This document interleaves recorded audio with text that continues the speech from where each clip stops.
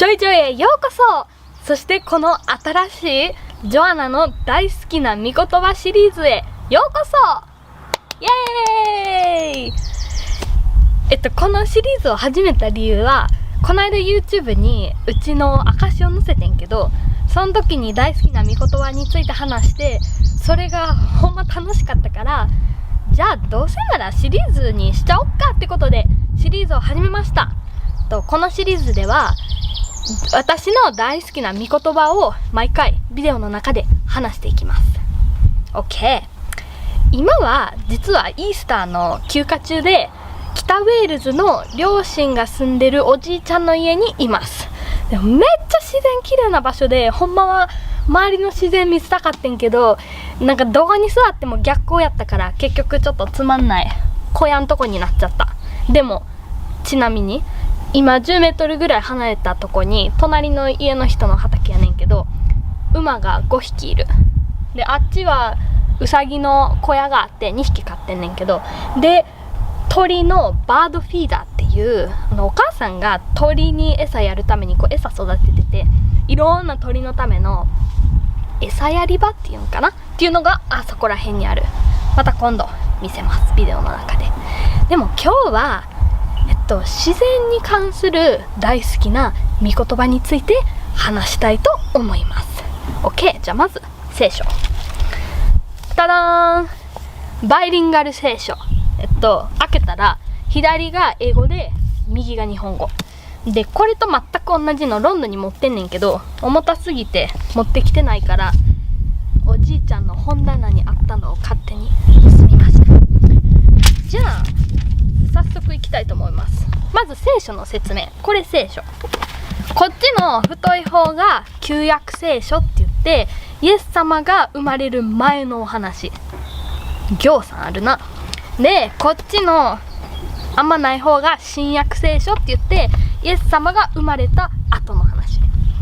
今日の御言葉はマタイの福音書って言って、この新約聖書の一番初めの本から取りました。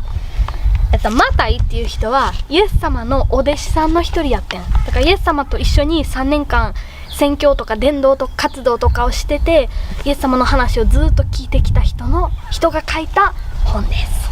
OK。 今日の御言葉はマタイの6章26節。でもまずコンテクスト。この御言葉がその前に御言葉って何？その説明しなあかんわ。御言葉。まずみっていう漢字は音語、尊敬語やんな。言葉はわかるやろ。御言葉っていうのは聖書の中に出てくる一節のことを言うねん。で今回はイエス様が言った言葉やねんけど、イエス様が言った言葉じゃなくても御言葉って呼びます。 OK。 今日の御言葉のコンテクスト。これは三条の説教っていう場所から取られてて、イエス様が宣教活動を始めたすぐ後の話やねんな。イエス様がお弟子さん12人のお弟子さんとたくさんの人5000人ぐらいいたんちゃうと一緒に山の上に登って、山の上でイエス様が座ってみんなを座らせてお話をされた。その時に言われた言葉やねん。でほんまは暗記するはずやってんけど、ちょっと時間なかったし長いから聖書から読みます。 OK。 じゃあみんな想像してみて。山の上にいます。イスラエル、パレスチナ。小鳥の声が聞こえて、遠くの方には、波の音聞こえるわけないよな。琵琶湖のほとりでもないし、遠くの方に海か湖が見えて、鳥が飛んでて、イエス様が語られます。空の鳥を見なさい。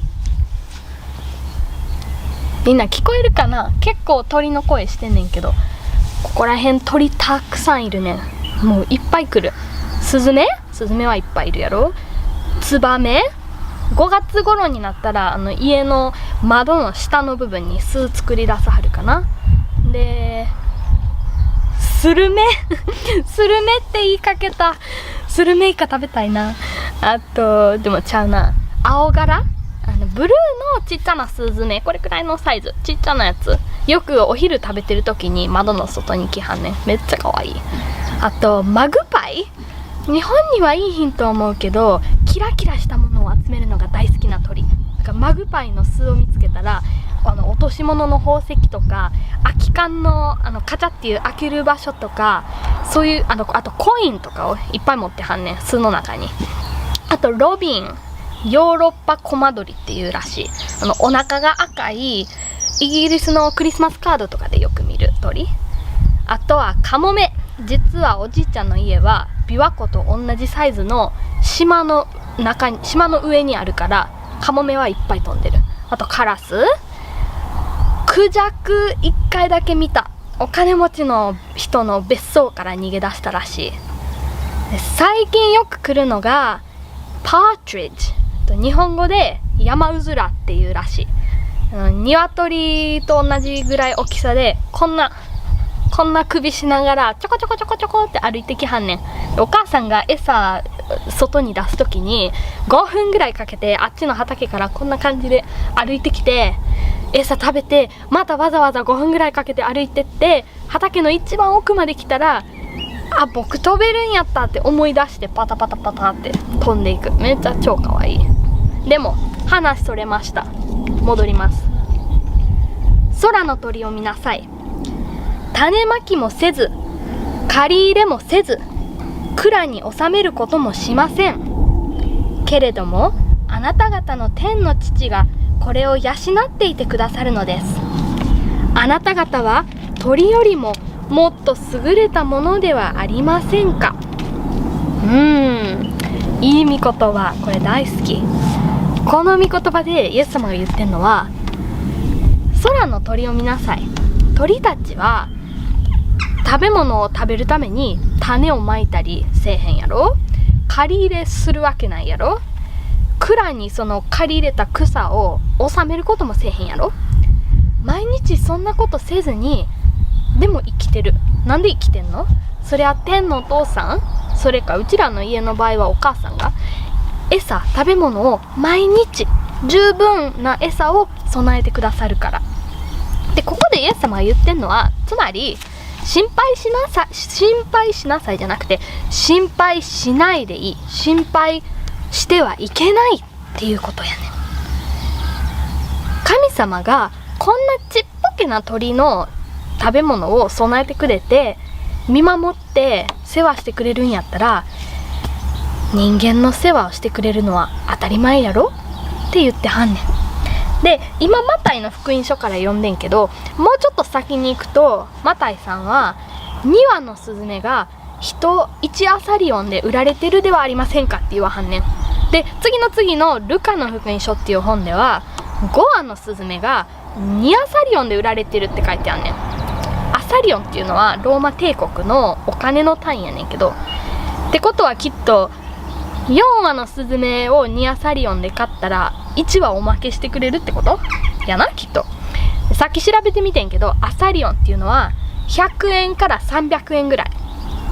そうやな、スズメ買うとしたらまあ150円ぐらい、200円、そんなもんやな。スズメってどこにでもいるし、そんなもうほんまに安いあんまお金払わんでも買えるスズメを神様がこんなに大事に見守って世話して愛してくれるんやったら、私たち人間のことはそれ以上にものすごく大事に扱ってくれるでしょってイエス様が言ってはんねん。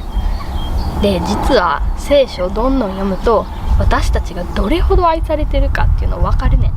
それは神様が自分の一人だけの息子を私たちのために身代わりとして捧げてくれはった。そんだけ神様はうちらのことを愛してんねん。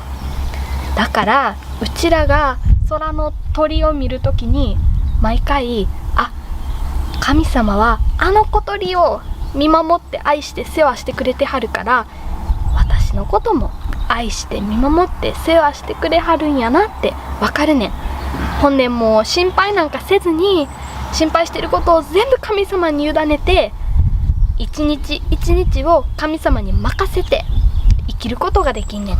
で、それを覚えさせてくれる御言葉やから、これが大好き。この御言葉大好き。ちなみにファンファクト、聖書には恐れるなとか心配するなっていうのを365回出てくるねんて。だから一年中毎日イエス様が、神様が恐れるな、心配するな、私に頼りなさい、私の愛はあなたにとって十分だからですって言ってはんねん。みんなに語りかけてくれてはんねん。だからそういうことを考えることができるから、この御言葉が大好きです。 OK、 今日はそんな感じかな。じゃあ次回をお楽しみに。次回も大好きな御言葉を一つシェアさせてもらいます。じゃあね、バイバイ。